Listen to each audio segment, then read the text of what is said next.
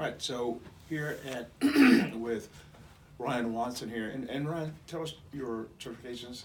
I have a master's degree in educational psychology from the University of Texas Tech. Okay, and so what Ryan does is neurofeedback and also QEEG brain mapping.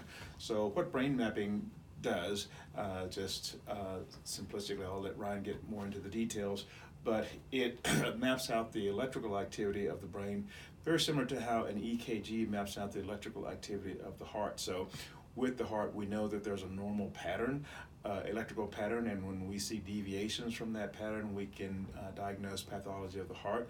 Same thing with the brain. If certain areas of the brain are not getting the blood flow that they need or the nutrients that they need, then those electrical patterns will deviate from the norm, and we can see that on the QEEG and target that, focus on it, and then do things that will correct those patterns. So and the other thing, I don't necessarily have any pathology. Some people may disagree, but what this with the QEEG and the brain mapping, you can also do what's neurofeedback in order to just improve cognitive skills wherever you are. So a lot of presidents of companies, CEOs, and so forth, or people that just want to perform better cognitively, will have the brain mapping and have the neurofeedback sessions also. So that's what I'm going to do.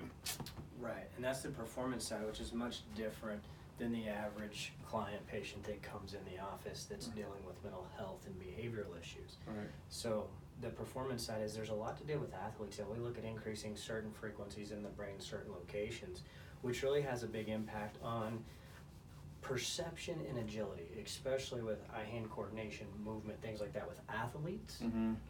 So the NFL is doing a huge deal with concussions with neurofeedback right now. Right. So they're using a couple of apps that monitor pre-screening, so they're screening everyone before, and then they're also, if there is an injury, then they're coming in and remapping, they're utilizing the app as well. So it's basically a concussion app that monitors based on questionnaires that a neurologist, Dr. Harry, I can't think of his last one, I can't say his last name, so I'm not saying it, Right. but he created it, and so it's a really cool app. And he's a neurologist, and he's been doing neurofeedback for a long time. So there's apps to track some of this stuff. So it's really cool how we're starting to gain a lot of data to build information upon this stuff, so that we can improve in performance. We're getting dry caps now where athletes are running, so they're measuring so many different parameters as they're working out. It is just amazing the level of technology that's coming. But I don't do all that every day. I'm not working for a university.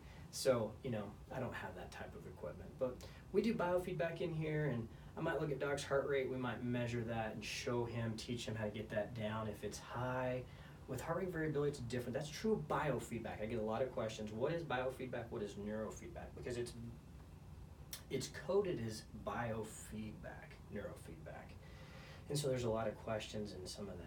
But biofeedback actually put a respirometer on people. We measure what's going on, just like with the heart. Look at a pulse oximeter, blood pressure, cuff, and they watch a screen and they see their heart rate come down. Their central nervous system is becoming more parasympathetic focused instead of sympathetic focused, and they're teaching themselves in real time, learning how to relax. So walk us through the brain mapping, and then when we do the neurofeedback, we'll get into that so they can see it real time and see. Absolutely. So with the map, my brain. we're going to be looking. This is called a 19-channel map. So I've got 19 sensors on this cap that I'm going to put on Dr. Mitchell's scalp real quick, and so I'm going to have him hold that for me right there. Now, what we're basically doing is we're looking at the electrical activity or conductance measures of the electrical activity of the brain. The body has its own electrical system, and a lot of people might understand that from Western medicine or Eastern medicine, energy, different things. Some people call it voltage. There's a lot of different terminologies for measuring this stuff, but it gives me a good idea for the average person of what's going on where in the brain. And for me, it makes sense when you're having behavioral issues that when I can look at a map of the brain, I get data back from the person's organ itself. And so then we can look at their symptoms report along with kind of what's going on where, so to speak, from a functional perspective to help get a better result so we're not just guessing. So you've integrated the weather report along with the brain mapping. Have you found that useful? Absolutely. So in the coaching side of it, what I'm seeing is there's different organs that control voltage in the body, and it's helping to identify weaknesses that can also attribute to the brain, because the brain operates off glucose, it needs oxygen, needs blood flow. And so exercise is important at that, and blood testing and supplementation definitely has a huge impact on making sure the brain has all the resources that it needs.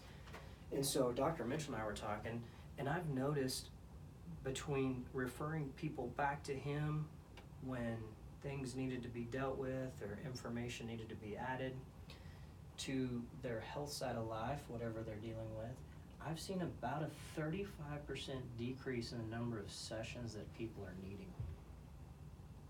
So that's really important, not just for the economic side. Of course, the less sessions you do, the less money you're going to have to pay, but also just logistically, sometimes I would imagine that it's hard to get all those sessions in, right?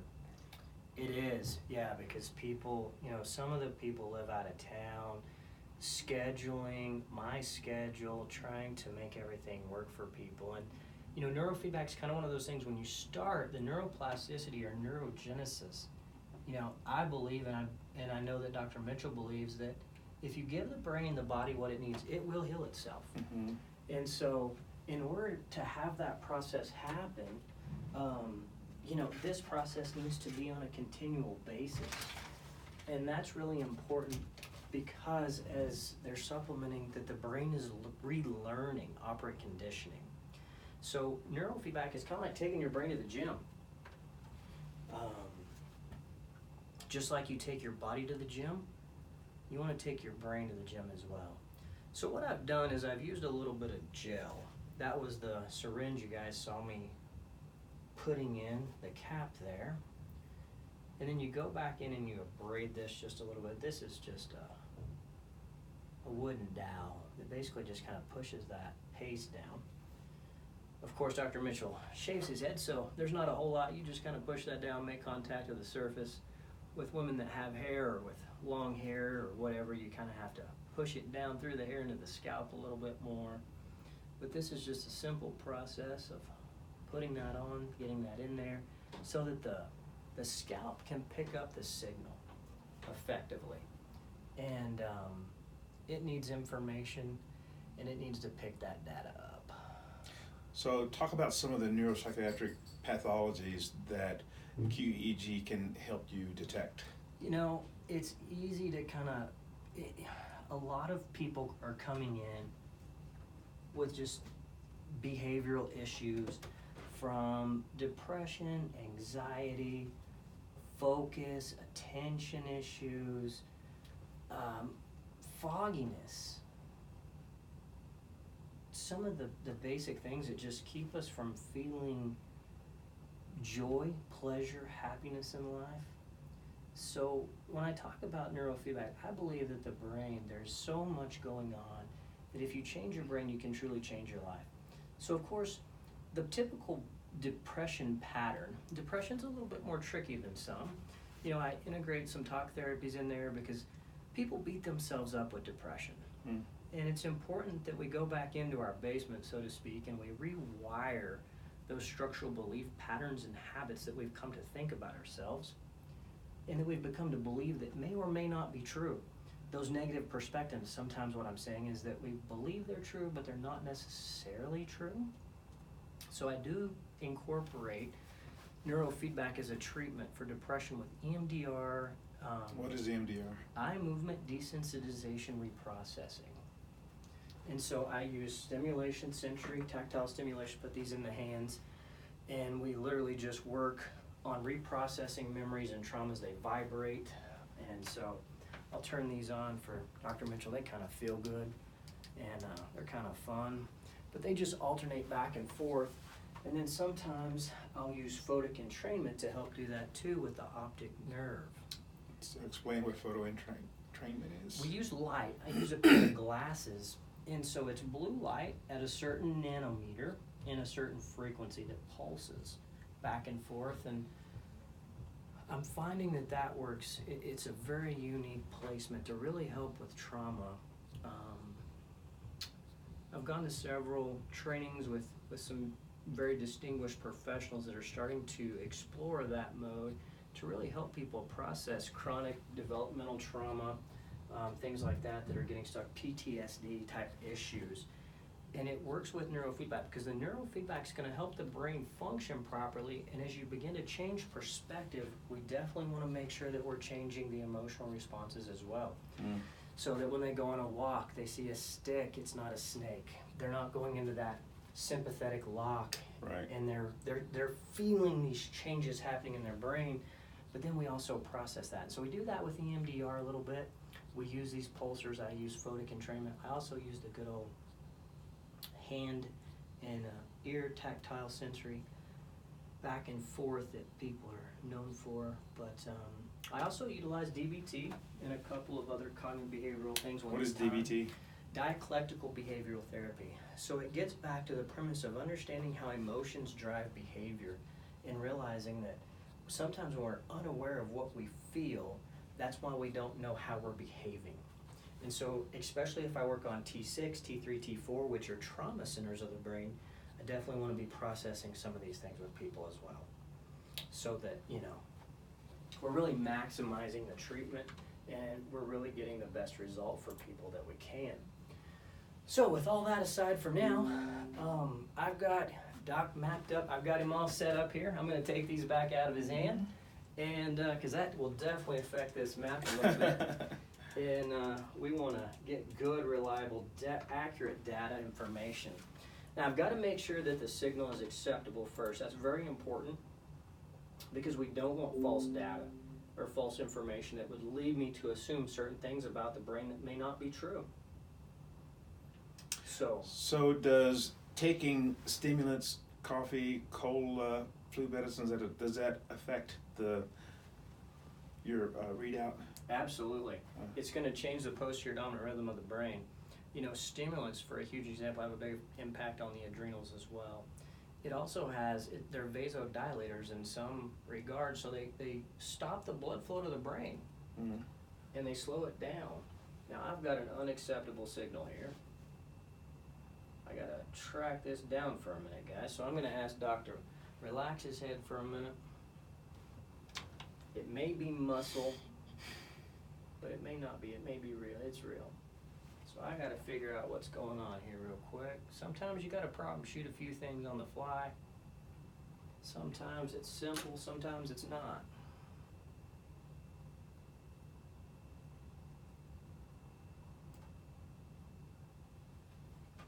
And it's as simple as that. We got that fixed. I probably just didn't simply abrade that good enough because I went pretty light because Doc doesn't have a whole lot of hair. And so I didn't really push real hard against that just for comfort and sensitivity issues. This kind of feels weird on the scalp a little bit. But absolutely, we want the brain to be as healthy as we can, and sometimes stimulants definitely cause some disruption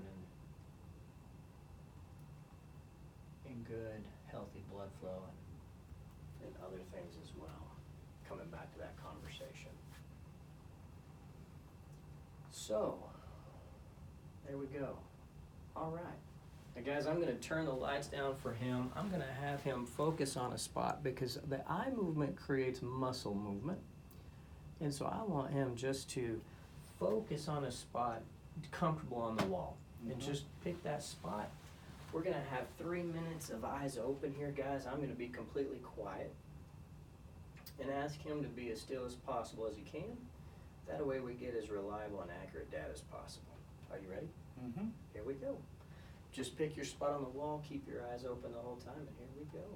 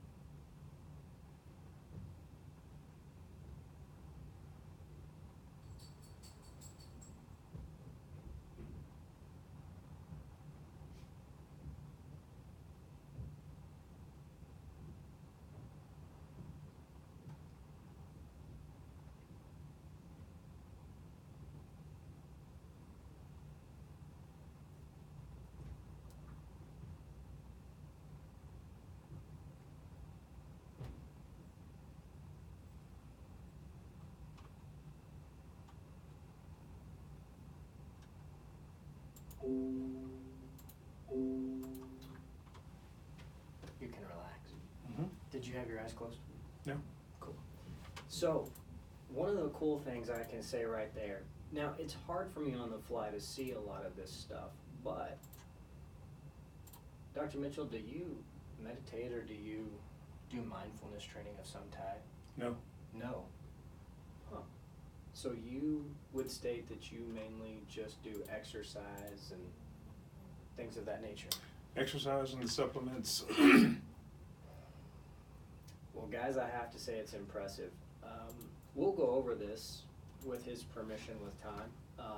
But one of the things that I don't see a lot is above 30 to 45 hertz, we get into a gamma range, and anything above that. I don't normally get to see that. Sometimes I consider it muscle movement or muscle stiffness. Mm-hmm. That wasn't the case with you. Mm. So What you, did that mean? you practice what you preach, Yeah. meaning you have good creativity. Mm-hmm. You have those aha moments where that allows you to be a forerunner, so to speak, in the field and see further or have great clarity. Mm.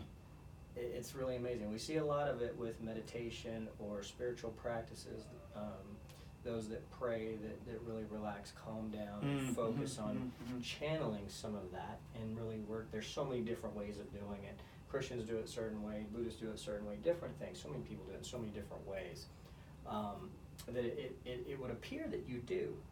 But that exercise, we know, I was listening to a doctor presenting a research article, that he was stating that 60% of all medical diagnosis could be prevented with one thing, and that was simple exercise. Mm-hmm. And just simply being active. And so it's working for you. It's definitely helping oxygenate the brain, seeing some good nutrients there that's able to fuel the brain above and beyond and create those very high frequencies that most people, simplicity, don't have the physical energy to create for their brain to operate at those levels. So that was pretty cool seeing that. So I'll be interested to process this and look to see further into that experience for you. All right, so this time eyes closed. And just keep your eyes closed the entire time. Just kind of, as you're doing that, Doc, just try to focus on a spot on your eyelid so your eyes aren't moving back and forth and creating that muscle movement for me. And we got 3 more minutes, and here we go. You ready? Mm-hmm. Okay, here we go.